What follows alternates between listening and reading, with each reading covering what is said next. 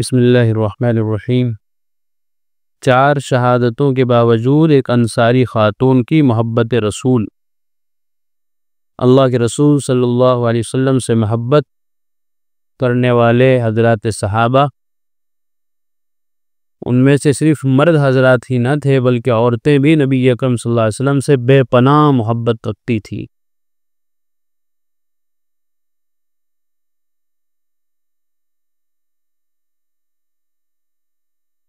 یہ یاد رکھنے کی بات ہے کہ عورتوں کا مردوں سے محبت کرنا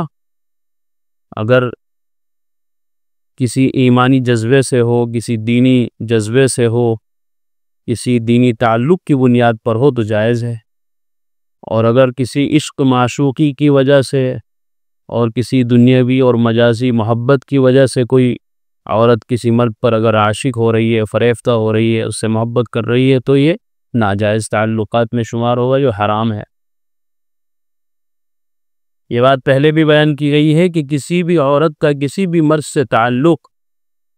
غیر محرم کے ساتھ سوائے نکاح کے کسی اور طریقے سے جائز ہی نہیں ہے۔ لہذا آج کا جو یہ کلچر ہے بوائے فرینڈ اور کیا گرل فرینڈ وغیرہ، یہ سب اسلام کے خلاف تعلیمات ہیں اور سبھی اسلام کے خلاف والا کلچر ہے۔ اسلام میں اس کی کوئی جگہ نہیں ہے، یہ ساری چیزیں اسلام کے خلاف ہیں،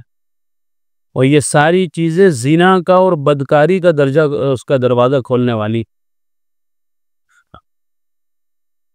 تو اس لیے ایسی چیزوں سے اور ایسے کاموں سے اپنے آپ کو بچانا چاہیے جس کی وجہ سے آدمی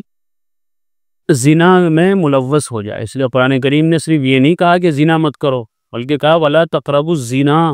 زنا کے قریب بھی مت جاؤ۔ قریب جانے کا مطلب کیا ہے کہ ایسے کام ہی نہ کرو گے جس سے زنا کی نوبت آ جائے، دوستی نہ کرو، محبت نہ کرو کسی سے، کسی غیر محرم سے بات چیت نہ کرو، اس سے ملو جلو نہ۔ جب یہ سارے کام کرو گے تو زنا آسان ہو جائے گا کرنا۔ اچھا، یہ بات کرنا بھی تو زبان کا زنا ہے، باتیں کرنا منہ کا زنا ہو گیا، زبان کا زنا ہو گیا، اس کی باتیں سننا یہ کانوں کا زنا ہو گیا، ہاتھوں سے واٹس ایپ وغیرہ پر کچھ لکھنا، اسے میسیج کرنا، یہ ہاتھوں کا زنا ہو گیا، تو یہ خود زنا ہے۔ اور پھر وہ جو بڑا زنا ہے اس کی طرف انسان آہستہ آہستہ چل پڑتا ہے۔ اس لیے ایسے سارے زنا کے دروازے بند کر دیے گئے ہیں کہ جس کی وجہ سے آدمی اس بڑے زنا کے اندر مبتلا ہونے سے بچ جائے۔ لیکن یہاں جو حضرات صحابیات رضی اللہ عنہن، یعنی نبی اکرم صلی اللہ علیہ وسلم کے زمانے کی جو عورتیں تھیں صحابیات، ان کو بھی نبی اکرم صلی اللہ علیہ وسلم سے بے پناہ محبت تھی۔ اپنے شوہر سے اتنی محبت نہیں تھی، اپنے بچوں سے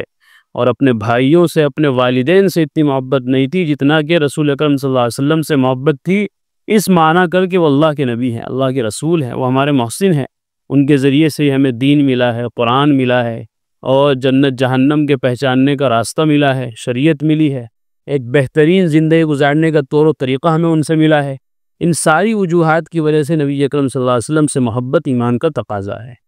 اور یہ تقاضا صرف مردوں سے نہیں بلکہ عورتوں سے بھی ہے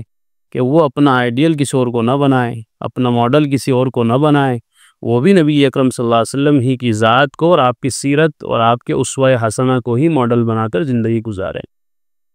چنانچہ واقعہ حضرت انس بن مالک رضی اللہ عنہ فرماتے ہیں، جنگ احد کے دن اہل مدینہ کو شکست ہو گئی تو لوگوں نے کہا حضرت محمد صلی اللہ علیہ وسلم قتل ہو گئے ہیں۔ یہ خبر مشہور ہو گئی تھی، آپ زخمی ہو گئے تھے، زخمی ہو کر نیچے گر گئے، تو کچھ صحابہ میں یہ بات پھیل گئی کہ ہاں حضرت صلی اللہ علیہ وسلم شہید ہو گئے۔ یہ خبر سن کر سب نہایت غمگین ہو گئے، سب نے ہتھیار ڈال دیے کہ اب کس لیے لڑیں،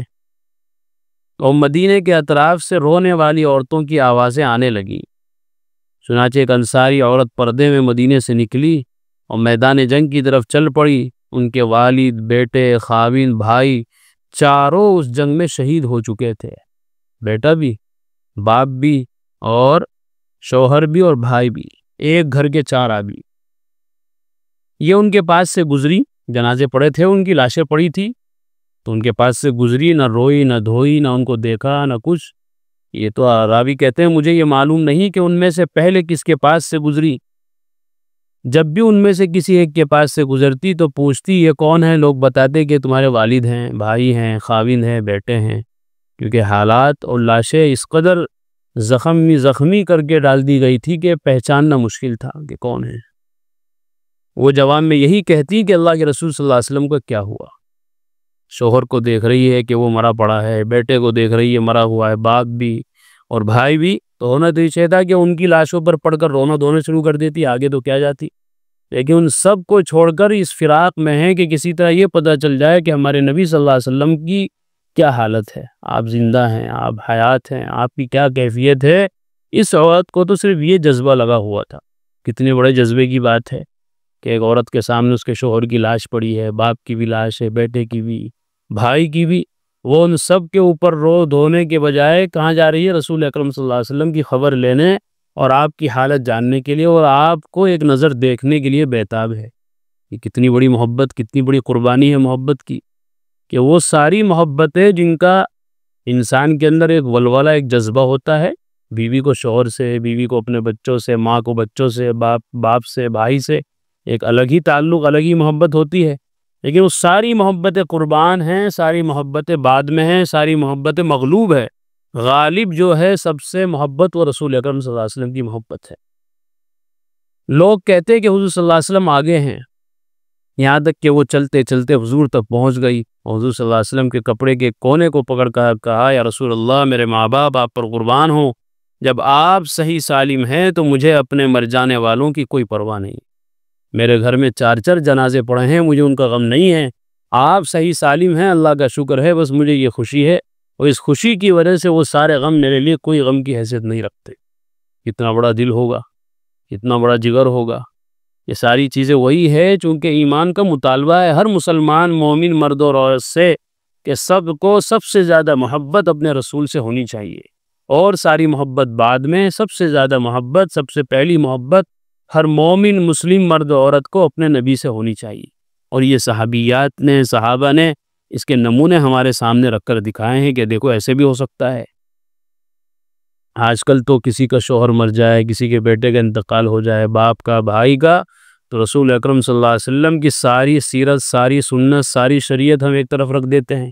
عورتیں بے قابو ہو جاتی ہیں، جذبات کے اندر آ جاتی ہے، زور سے رونا دھونا، غیر محرموں کے سامنے آ جانا، واویلا کرنا، چیخنا چلانا، ماتم کرنا، حالانکہ یہ ساری چیزیں وہ ہیں جو صبر کے بھی خلاف ہے اور نبی اکرم صلی اللہ علیہ وسلم کی تعلیم کے بھی خلاف ہے، لیکن عورتیں ایسی بے قابو ہو جاتی ہیں چونکہ انہیں رسول سے محبت نہیں ہے، رسول اکرم صلی اللہ علیہ وسلم کی شریعت سے محبت نہیں ہے۔ اگر حضور سے محبت ہوتی، حضور کی شریعت سے محبت ہوتی تو وہ اس موقع پر اپنے آپ کو بے قابو ہونے نہیں دیتی، بلکہ وہ یہ دیکھتی کہ وہ یہ حادثات تو ہونے ہی ہیں، آج نہیں تو کل ہمارے ساتھ بھی ہونا ہے، مرنا تو سب کو ہے، جانا تو سب کو ہے،